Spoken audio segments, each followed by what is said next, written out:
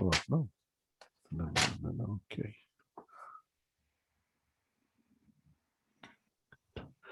Okay, so today we start on a chapter 15, writing or psychographic mediums. In the very first sentence of all of the forms of communication. From this point on, we're not going to be dealing anymore with manifestations. We are going to be dealing with a true interaction between the two planes, a communication, an interaction, a give and take. Okay, we completed by now all things that dealing with manifestations. This we know spirits can manifest themselves to their own things, but from now on, we are dealing with interaction, communication of the two planes of existence. Okay. Okay. I was going to be reading for us. Okay. I am 178. Of all the forms of communication, manual writing is the simplest, the most convenient, and especially the most complete. All efforts should be made to develop it, for it enables relationships to be established with spirits that are as lasting and regular as those we maintain among ourselves. We stress its use so highly because it is the method through which spirits best reveal their nature and the degree of their elevation of lowness. Through the ease with which they can express themselves in this way, they provide us with knowledge of their innermost thoughts, enabling us to evaluate them and determine their true worth. Moreover, for the medium, this faculty is the most susceptible of being developed with practice. Thanks. So psycho, soul or spirit, graphic writings, right? So the ability to mediums have to write what's come from the spirits. Okay. And of course that establish a communication, right? Not all more than just a manifestation. Kardec says to here out it is the most complete, perhaps the most important means of interaction between the two planes of existence. For one thing, once you write something, you can preserve it, you can go back to it, you can analyze very carefully. And that's important because that's the greatest way Kardec places it, that you can really make a scientific, so to say, analysis of what's being presented to us. And through that presentation, we can have a very good idea of where it's coming from or for whom it's coming from. The spirits will reveal themselves, like Kardec expresses here, through their way of writing, to the choices of words and everything else. Even before the manifestations, Kardec already stresses that we could gauge a little bit of the moral and intellectual progress of a spirit just by the way they manifest themselves. Some would manifest in a form very brute, very aggressive, other to be more mellow, more educated, so to say. Even more through writings. Through writing, spirit will definitely reveal its moral intellectual qualities. And he says over here that for the medium, this faculty is the most susceptible of being developed with practice. That's a statement that he makes. I try to reason on that, and what I come to it because in parallel writings that could really find a reason for why Kardec make that statement, and that statement to me is very significant. when you say a medium, for the medium, this faculty is the most susceptible of being developed with practice. I imagine that it is because all we have to do is to really place ourselves in a state of concentration, to meditate as hard as we can, and then allow ourselves to write whatever comes. And then make a very personal and analysis that is this thought mind, it's thought not mind. Once we conclude this thought's not mine, then it is a psychography. Okay.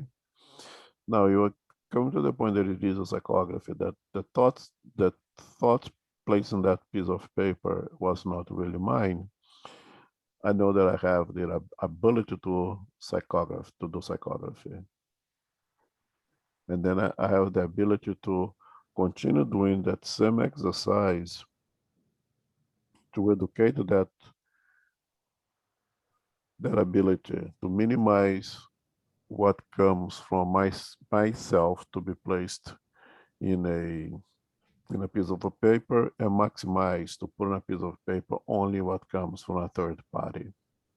Because a well-educated spirit medium, is exactly the one who is able to eliminate oneself as much as possible. Can never be 100%, but as much as possible, eliminate oneself from that equation and maximize that everything that is written is coming from a third party, being good or bad, what's being written. Because if an angry, rebellious, nasty spirit decides to write through me, I should be able to express all that rebelliousness, all that anger, all that nastiness. That means that I am an educated medium, as well as if a more sublime spirit comes with a wonderful, loving, intellectual message. I should be able to pass that thoughts to the paper, minimize as much as possible myself from that equation. That is a well-educated medium who is the best, as she would say, pencil at the hands of the spirit, whoever that spirit may be. For whatever reason, that spirit wants to use that pencil. The good medium, the well-educated medium, is one who is able to express or write or verbalize the spirit's thoughts with the greatest fidelity. Okay? Question, comments? How can a medium know how much of influence he's put of his own in a message if he doesn't know the original message? I don't understand the question, sorry. You're doing a psychography, right? You're saying that a well-educated medium will be able to not influence the message in a sense of putting his own thoughts. He's just going to be just a pencil, right? Right. So how does the medium know what is from his mind or his thoughts from the spirits? Because sometimes, when after the psychography, the medium itself doesn't remember nothing. And when it's read for him or herself, it's a surprise. But that doesn't mean that throughout the psychography, he or her didn't put his thoughts. So how does a medium reading the message knows that he had an input on that or not? Well, first experience, repetition, more and more you practice, the better you get at it. And two, the most important thing is to know thyself. I don't know what the third party is, but I know what I am. I know what comes from me. I know myself, so I know what's mine, and I know therefore I know what's not mine. The more I know myself, the better I'll be able to make that differentiation. easy to say, because one of the things that is very hard even to know ourselves, right? Yeah, but the more I know myself, the more I know what comes from me, so I can differentiate what's mine and what's from a third party. Would you say that when the medium has no time to think, is just a fast writing, the less the probability of his influence on the writing? I'd say in theory, yes. Yes, definitely in theory, yes. Thank you.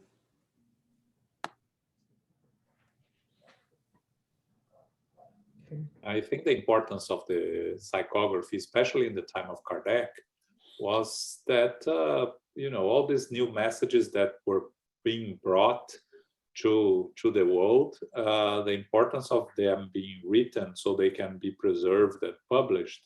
It is the reason why Kardec makes so much a distinction and focus on the psychography here. The type of work that we do today, which is assisting spirits in need, the verbal communication is probably the most efficient way to assist them, right? But a combination of both is how nowadays most of the mediumship meetings work out there.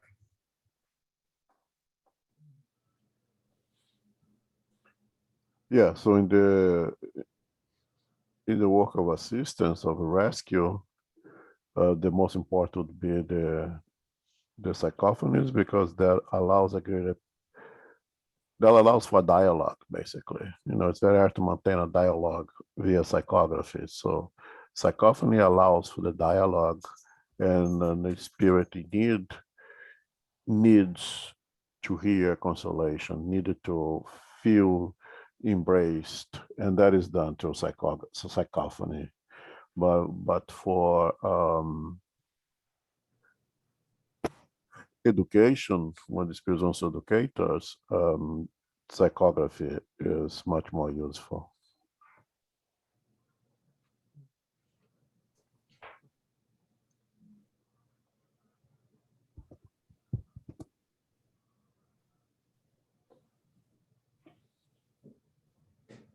Okay. Okay. Mechanical mediums, 179. If we examine certain effects that manifest in the movements of table, a basket, or planchette that writes, we will have no doubt that a spirit is exerting a direct action upon those objects, these objects. The basket sometimes moves about so violently that it jumps from the medium's hands. At other times, it will move towards certain individuals in the circle in order to strike them. At other times, its movements display affection. The same occurs when a pencil is placed in the medium's hand. Often, it will fly out of the hand, or the hand or basket may move convulsively and angrily tap the tabletop. All this while the medium is perfectly calm, but surprised at not being able to control the movements. We would state in passing that such effects always denote the presence of less evolved spirits. High order spirits are always calm and full of dignity and benevolence. If they are not listened to with proper respect, they withdraw and others take their place. Thus, a spirit can express its thought directly, whether by moving an object for which the medium's hand only acts as support, or by acting directly upon the hand. When a spirit acts directly upon the medium's hand, it impels it completely, independently of the medium's will.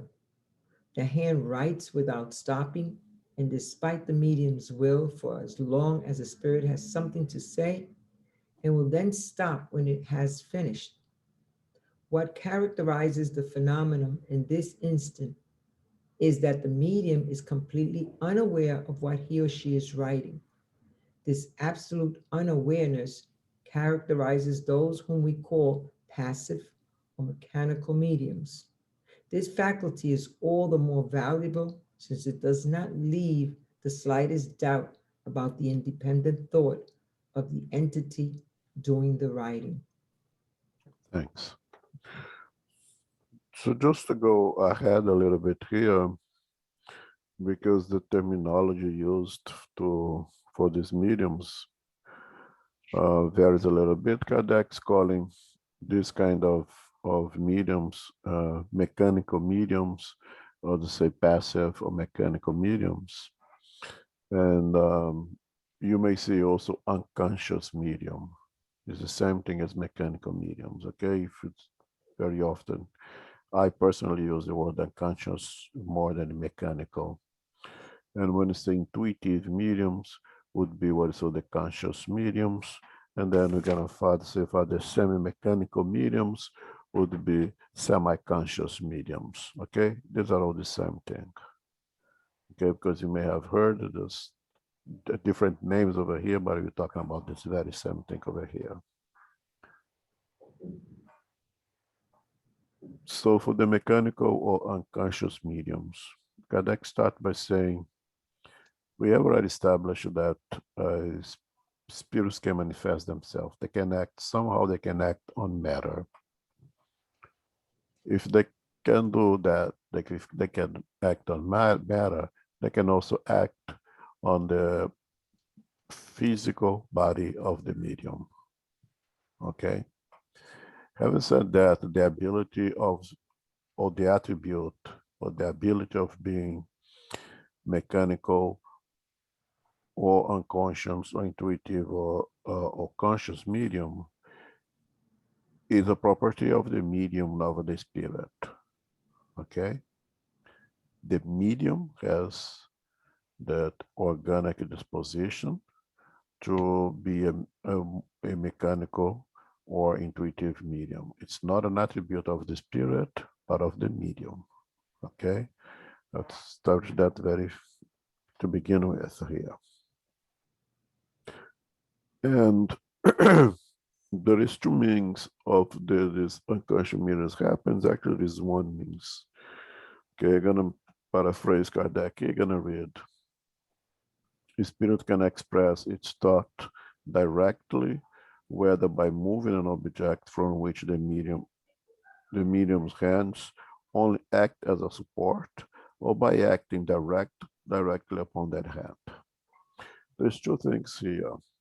The unconscious medium, upon being a mediumistic trance and expanding its perispirit, its perispirits will enter in contact with approximation of the perispirit of a discarnate spirit, someone in the spiritual world, and will receive the thoughts of that spirit. And those thoughts is gonna go directly, or that energy gonna go directly into the part of the brain that leads to writing. And that hand will mechanically write those thoughts, because there is no way that a hand will function, okay, without being energized somehow. And what energizes us to write is the nervous system, right? So it'll go, that energy will grow and will energize the part of the brain that leads us to write. And the medium will write, bypassing the cognitive functions. So that's why Kardec says what characterizes the phenomena in this instance is that the medium is completely unaware what he or she is writing. If I am completely unaware of what I'm writing, my cognitive function is kind of hibernation at that point. I'm not thinking, I'm just writing. That's why I'm mechanical. It's a mechanical writing over here. Okay, is that clear? Now there is something also called direct writing, in which the spirit may It's more of a physical phenomena in which the spirits may utilize ectoplasm, kind of coat the hand of the medium, and use that hand to write, as almost as a robot, almost as if I'm using a robot to do the work for me. So there's two things over here. Okay, there is the mechanical action of writing using the writing apparatus of the medium, bypassing its cognitive function. And there is the basically a physical phenomenon for direct writing in which the hand of the medium is being coated by ectoplasm, and the medium is and the spirit is using that hand. That's definitely a lot less common. It's not common at all. It's very rare. I have been told that the ability of Francisco Cândido Xavier to be able to write with both hands two completely different topics. He could writing and still have a conversation with someone is because there are times one of those hands was being used in that direct writing phenomena, because it becomes extremely hard to imagine that someone, a living being with one nervous system, could use two hands, write two completely different things, and still have a conversation of a different topic. You again, I know using Chico Xavier is not even fair, because it's kind of an anomaly even in terms of mediumship. Was able to do so many things. It is extremely rare. Most mediums of psychography, maybe some kind of semi-conscious, but they're usually not going to be able to do those both things at the same time. Okay, questions? Hey, Alma. We studied that mediumship also has a purpose to teach mediums. They have something to learn while they are doing, whatever kind of mediumship they're performing. For example, on the mechanical ones, what does the medium has to learn? Because pretty much, if it's working like just a pencil, it's not thinking, it's nothing, it's just straight up. So what's the purpose for the medium? What's the lesson there? The medium, after he leaves the mediumistic trance, you read and you learn from that message, just like anyone else who reads that message. You are acting in a mechanical way, but when you go and you read that message, you're not no more than a mechanical robot. You're the human being. You are the spirit receiving that message. So you learn from that message the same way, like anyone else.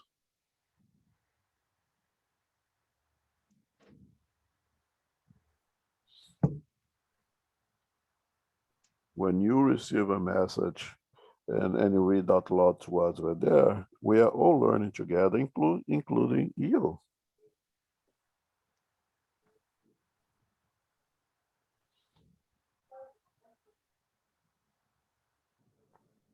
Yes, that's a tough one to grasp.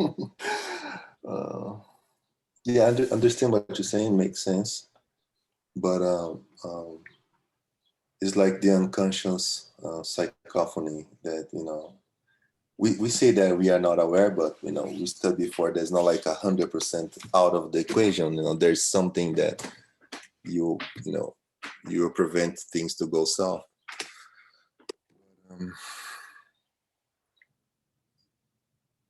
Yeah, because I was kind of stuck on on the phenomena per se, where the medium is interacting, learning through the experience, not just as a, a pencil or something else. That's why I was questioning the purpose of the any mechanical mediumship for the medium, not the end result to be analyzed and studied. Well, one of the advantages that is that of being a mechanical medium is that it's kind of minimizes interference from the medium to the message, to the thoughts of the medium, since we are bypassing cognitive part. There's a lesser chance of the medium kind of contaminating the message, let's say, with their own thoughts, with their own prejudices. Okay, that is still a very small possibility, but it's reduced in the case of the mechanical or unconscious medium, but it's still there. Okay, now I will put this as a question mark for myself here. During this process of this mechanical or unconscious psychography, is there a retaining part for the spirit? Okay, that the spirit will not really realize in a conscious, while conscious, but will be able to retrieve that in a subconscious way or in a different state. What I mean is, by the approximation, the interaction of the two perispirits, that is something that the spirit of the medium is gaining right there. Okay, that it's not shared in the writing, something more of the energy level. But that I put as a question mark. I don't know of that. What I mean is, let's say, if you are an unconscious medium and you receive a psychography, or let's say St. Francis of Assisi, I would imagine that only the interaction of the two perispirit brings something at such a higher elevation, at such a sublime energy through to that medium, that it's not going to be really represented in the writing, but it's something that the, the medium as its eternal spirit will gain right then and there. But that is a question mark that I place out there. But the learning basically is the same writing that you read out loud for everyone. And remember, very often, it says Divaldo, Joana de Anjos tell to Divaldo, I'm writing to you. You're the one who wants to share to everybody else. It's a problem. I'm writing for you. I'm teaching you. You choose to share to everyone else. That's your business. Go ahead, Carol, please. Yeah, but to the contrary, I mean, generally it seems like we've had really very good communications, but if the individual were a mechanical medium, they would have to really have a lot of courage to know that something could come through either way. And that is maybe part of the lesson for the medium. Although we have not had, I haven't had those or have heard those more vile communications, but it could happen if they were a mechanical medium, right? Yes. Yeah. So maybe Yes. that's the less, I mean, maybe to have courage and faith that whatever comes through is going to be of assistance, hopefully for everyone. Yeah, you have to think that moral intellectual qualities of mediums and of spirits varies tremendously from below 0 to close to 100, right? And if a medium of a sub-zero moral intellectual qualities puts him or herself in a state of trance, likely they will interact with spirits or about the same level and will write garbage, basically. Which doesn't mean that, let's say, a very well elevated medium may receive a psychography of an uneducated spirit for any reason. It's less likely because, as Joseph spoke, a suffering spirit needs consolation, needs dialogue. Doesn't really need to write. So in a well-prepared mediumship meetings, when the things are done the right way, it's very likely that we receive written messages of uneducated spirits, written message of no moral value whatsoever. The psychographies will be meant to be for consolation, for education, for preparation of the work for us, the workers of that place. The message is for us. It'll be for consolation for us. It'll be for to stimulate us to do the work. It will to teach us something of moral intellectual value. Because the place is set up for that. But I cannot say that other centers or other leadership groups who are not so well educated, so well prepared, will receive the same kind of messages. Thank you. Thanks for clarifying. That's great. Thank you, Alma. I appreciate it. Yeah, in the book Domains of Leadership, that it's clear when the group is not well prepared or have undignified intentions in interaction of spirits, the spirits are gonna use the mediums for the same kind of low level moral values as well. So I hope that in our spirit center, we're never gonna receive what I use the term garbage-like messages.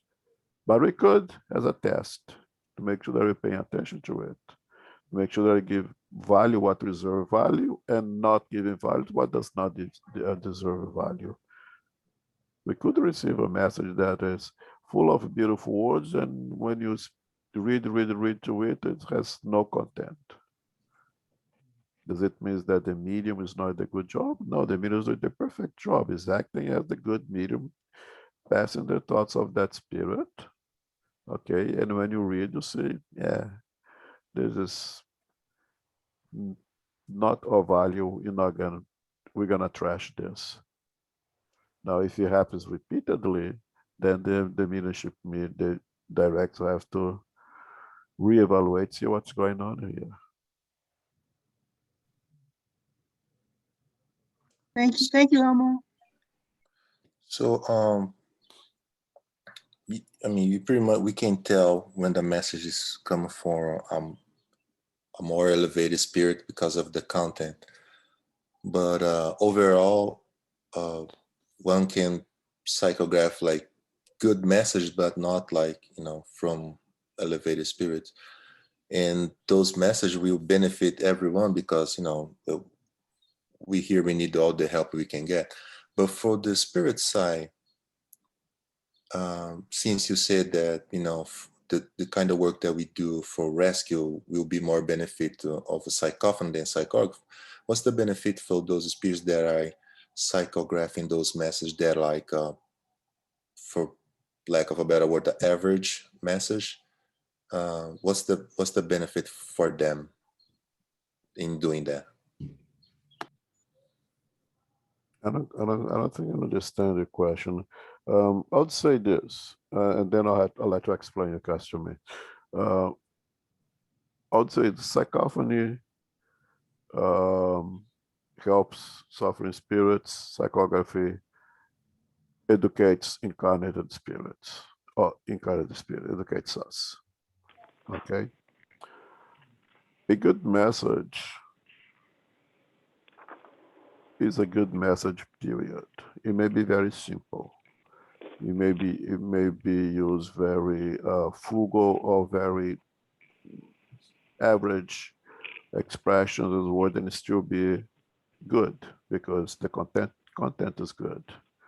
Or it may be very eloquent that you have to use a good dictionary to be able to understand it, and it still be as good as the one that is simple.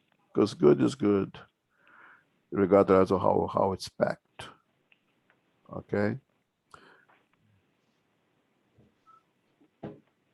An spirit may educate us using the two means: a very eloquent, put in one paragraph what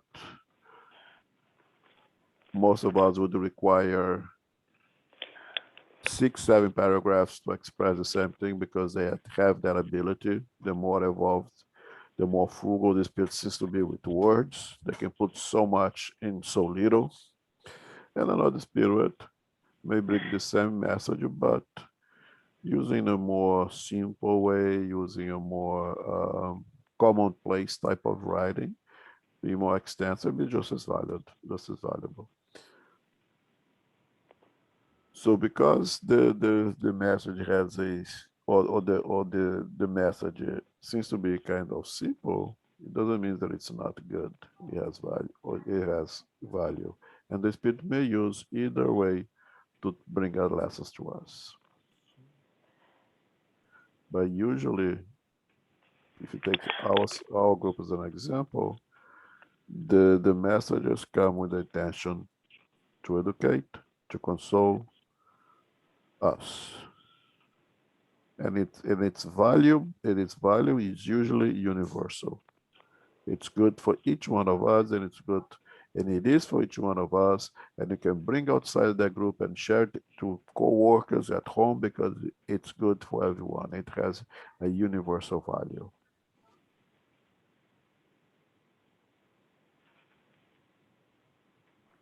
Now I'll let you explain your question for me because I don't think I understood the question.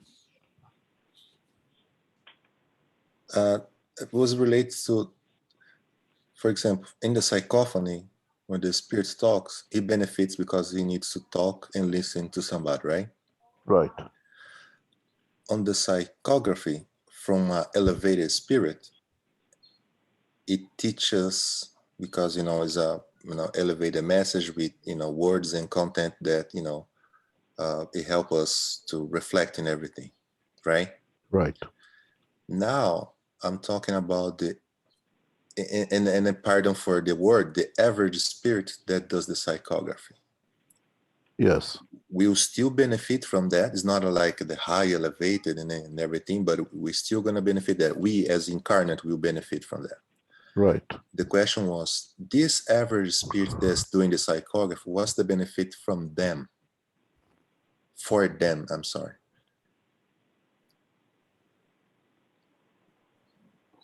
Because, they're trying to help us. Right. But the high order also could do the same thing. But, I am a dollar bill, and I'm an average thing, right? okay. Everyone has money in their pocket, right? I'm not in any way any better than anyone here right now, just a dollar bill. But at this time, right now here, I'm in the position of leadership of this study group. I Right. prepared myself, and I'm leading this study group over here. But I'm just an average person. What am I getting from this? I am learning along with everyone else here. The same thing for an average discarnate spirit. Learning along. How is that average spirit to become above average without practicing it? Oh, is it practice both ways? Okay. Of course. Okay. Got it. That makes sense. Now, a below average spirit is going to use expression. Someone who wants to use a medium for its own advantages in any sense, because it's full of himself. He thinks that he is the next Christ. May use a medium, convince a medium that he is the next Christ, and start putting all kinds of psychography over there. There's plenty of psychography books in Brazil that you read today, and you start to say, feel like vomit.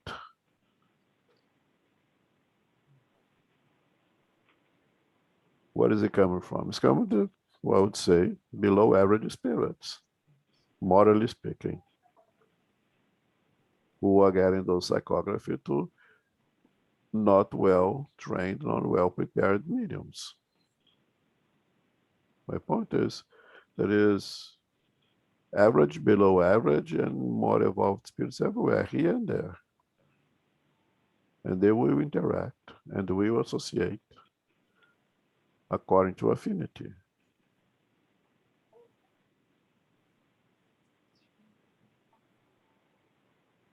Thank you.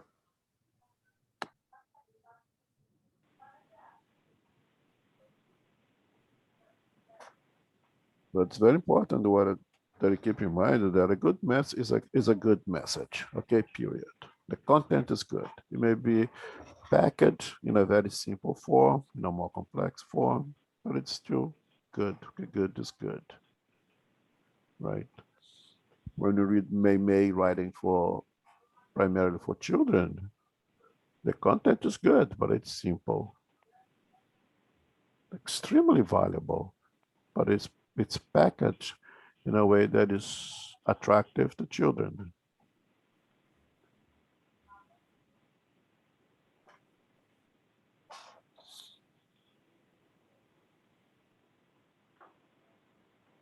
Okay? Yeah, thanks. I think we have time to go to the conscious medium of the intuitive medium. Okay. 180. The transmission of a spirit's thought may also occur by means of the medium's own spirit, or rather, his or her soul, since we use that term for the spirit while incarnated. In this case, the communicating spirit does not act directly upon the hand in order to make it right, for it neither holds it nor guides it, but acts upon the soul with which it identifies itself. Then, under this impulsion, the medium soul guides the hand, which in turn guides the pencil. Here we must note an important fact. The communicating spirit does not replace the medium soul because it could not dislodge it from the body. Rather, it dominates it apart from the medium's will and impresses its own will on it. Consequently, the soul's okay. This, yes. The soul's role is not completely passive. It receives the spirit's thought and transmits it. In this situation, the medium is conscious of what is being written, although it is not a reflection of his or her own thought. This type of person is called an intuitive medium. One might say that there is nothing in this method that proves that it is another spirit instead of the medium's own spirit who does the writing. In fact, the distinction is sometimes quite difficult to make, but this may not be important in that one can recognize the spirit suggested thoughts by the fact that the medium has never had such thoughts towards him or herself. They are suggested while they are being written down and often are even contrary to the ideas that the medium previously had regarding the subject. Moreover, they may be well beyond the knowledge and capabilities of the medium. The role of mechanical mediums is that a machine, whereas intuitive mediums act as interpreters. In order to transmit thoughts, the latter must comprehend them and in a sense assimilate them in order to faithfully translate them. But the thoughts are not their own. They do nothing more than pass through their brain. This is precisely the role of intuitive mediums. Thanks. You know, So intuitive again, also called the conscious medium. I do like the word conscious better because it makes me think that in this kind of faculty, again, an attribute with organic disposition to have this kind of mediumship, okay? It's of the medium, it's not of the spirit, okay? There will also be a mediumistic trance. There will also be an expansion of the perispirit of the medium, approximation of the perispirit of a discarnated spirit.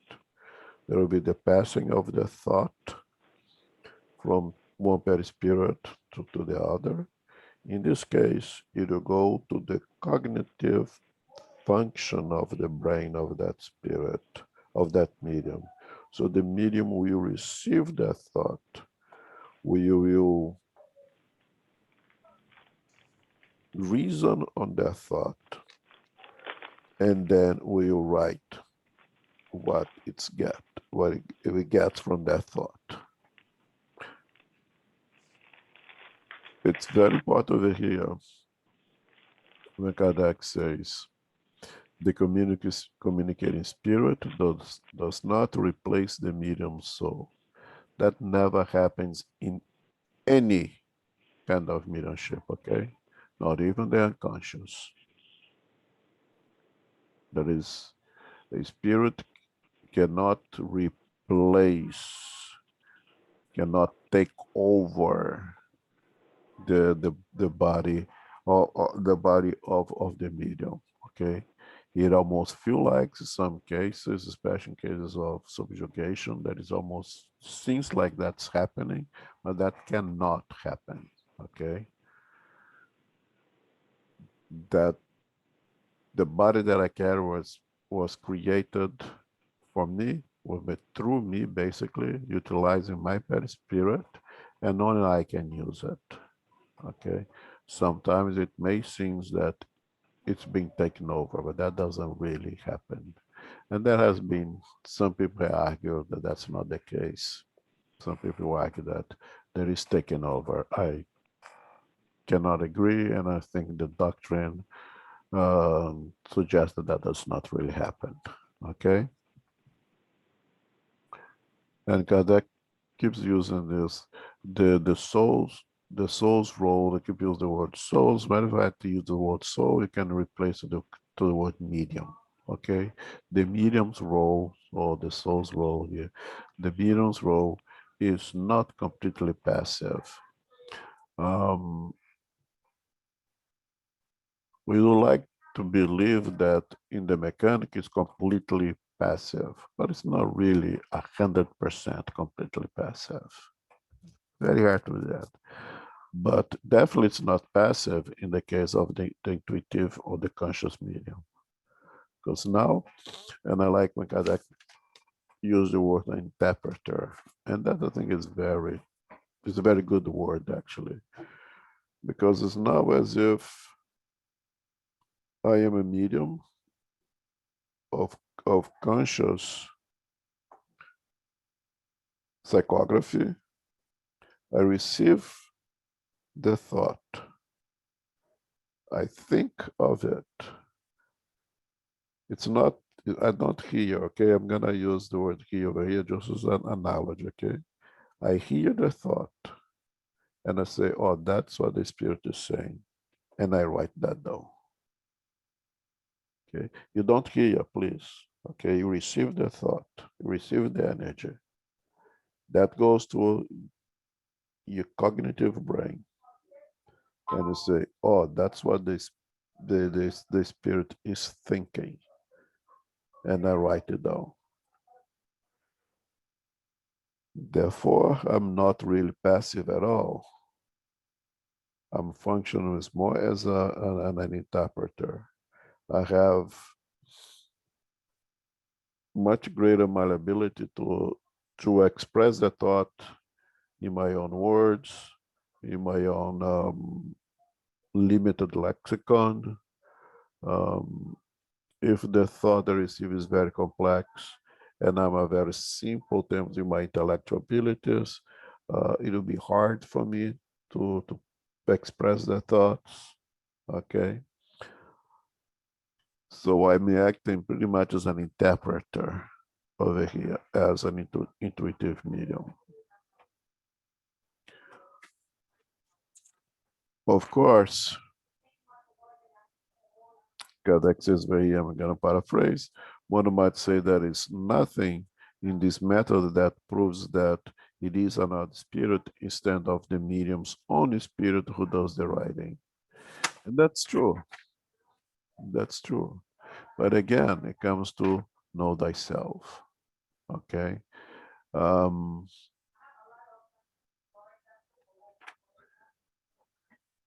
If I know myself,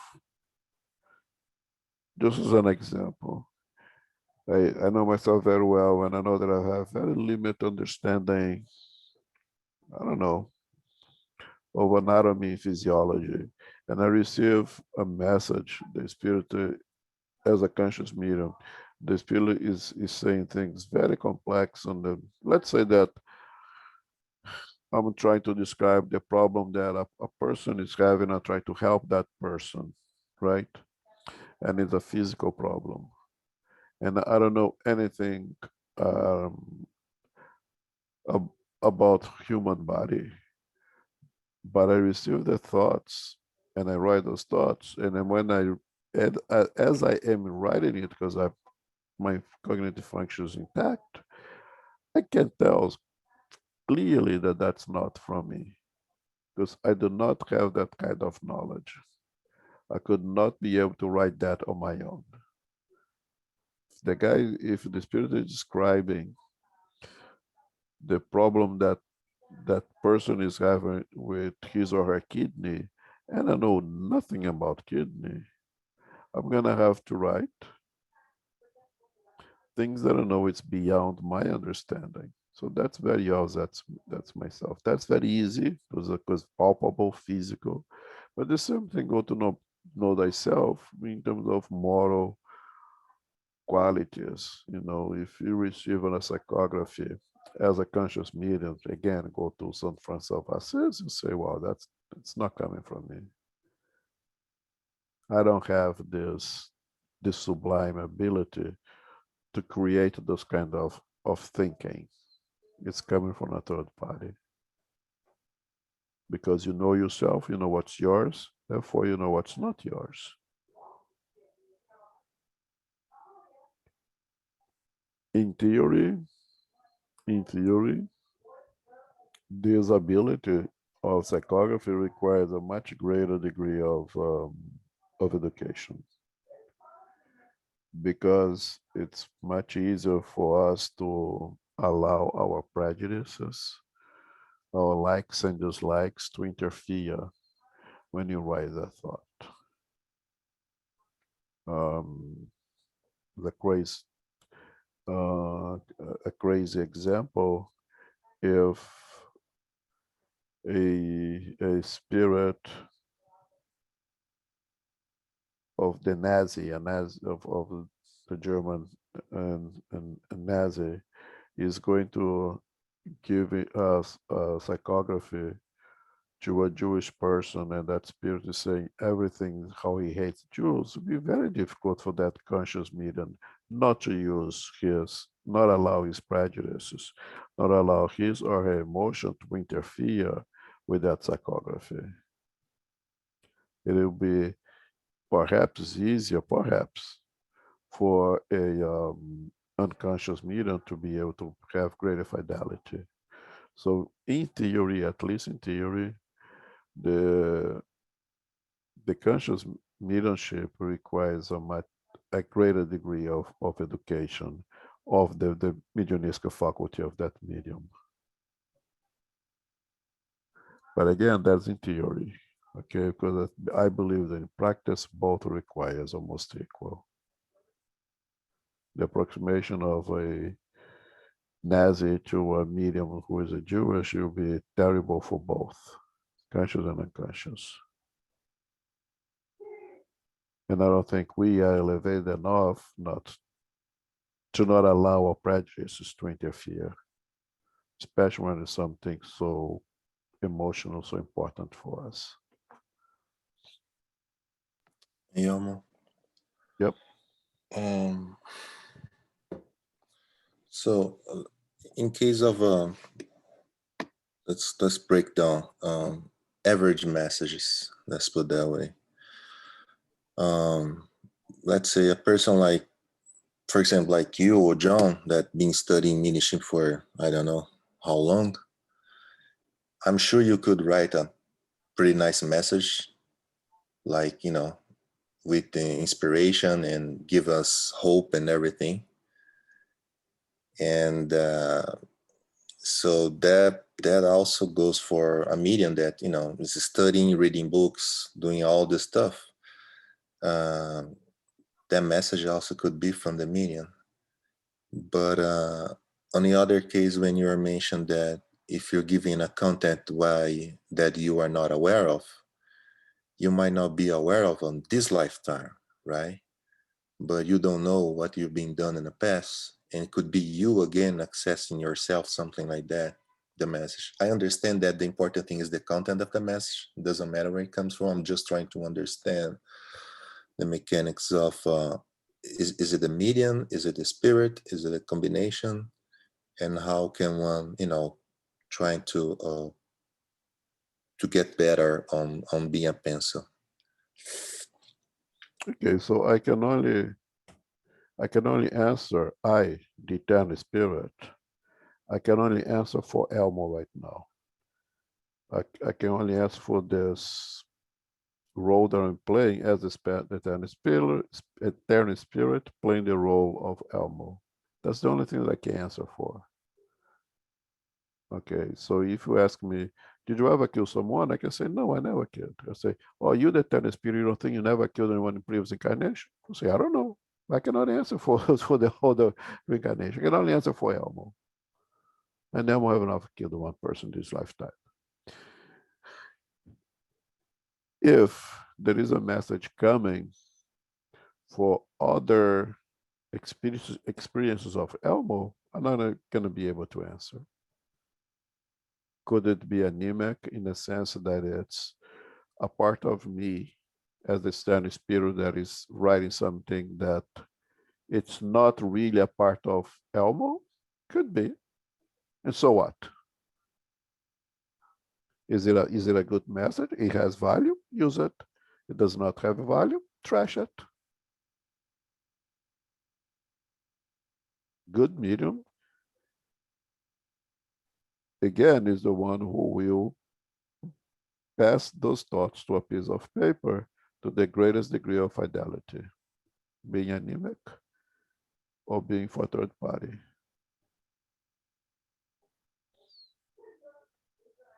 Medium should not be concerned with that.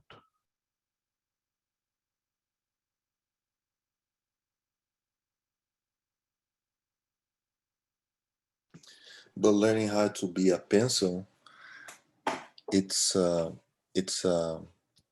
isn't that the way that you eventually grow intellectually, morally, to be able to facilitate message from more elevated spirits? Is that the development, the process to getting to be in a position to be? From any spirit, for more elevated and less elevated.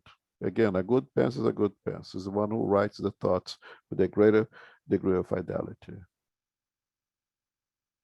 Your moral values will allow you to have the approximation of more elevated spirit to write mass from those spirits. It's always the moral. Your moral values that will create the affinity for you to receive messages from St. Francis of Assisi. And if you are that well-educated medium with a high degree of moral values, you may receive from St. Francis of Assisi as from a very angry spirit as well. if there is a reason for it, and I can't think of one right now. Would you say that that's what I think, that a, a, a, um, a moral elevator medium will be able to handle both? That's why, you know, it's you don't see like many mediums working and in both like with very angry or dark or whatever and very elevated. Is usually the average one, right? Again, it depends of the object of that meeting, object of that studies. Francisco Cândido Xavier receives message from Emmanuel, from St. Francis of Assisi or whoever, but when he is working as a medium in a rescue medium, he receives the most difficult, the lower of the lower zone spirits as well. Because his moral values could handle all that, right? Because he is a educated medium with high moral values, could handle just whatever you throw at him. Got it.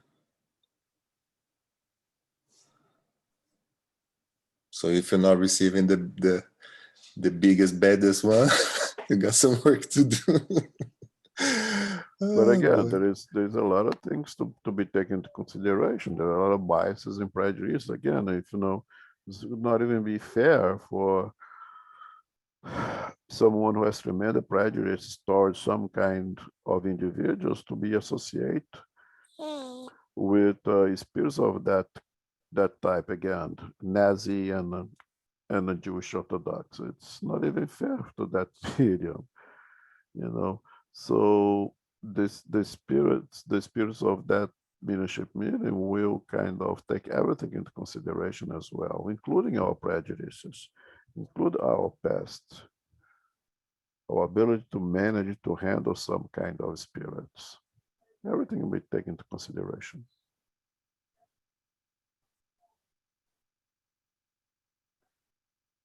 All right. Good Thank you. discussion. Time is up. We'll continue next week with the semi-mechanical, which perhaps I would imagine being the most common of type of psychographies. So, right, could you make the final prayer first, please?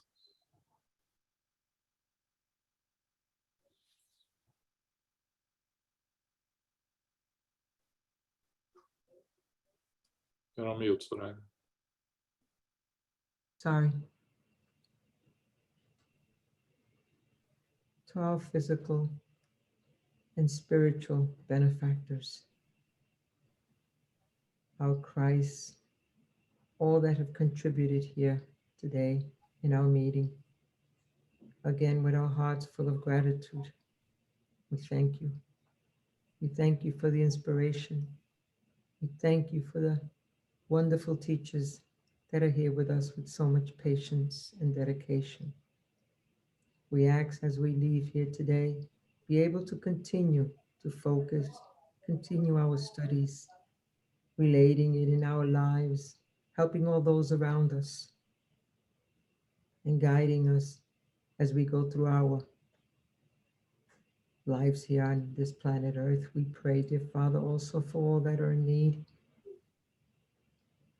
the outside world. May you watch over them, protect and guide them, giving them strength each and every day. And for us all to continue with our prayers and meeting in our meetings.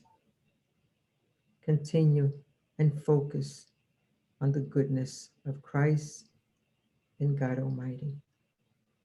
We thank you, dear Lord. And as we leave here today, be able to return again next week to continue our studies. And with that in mind, dear Lord, we ask permission to close our meeting tonight. So be it.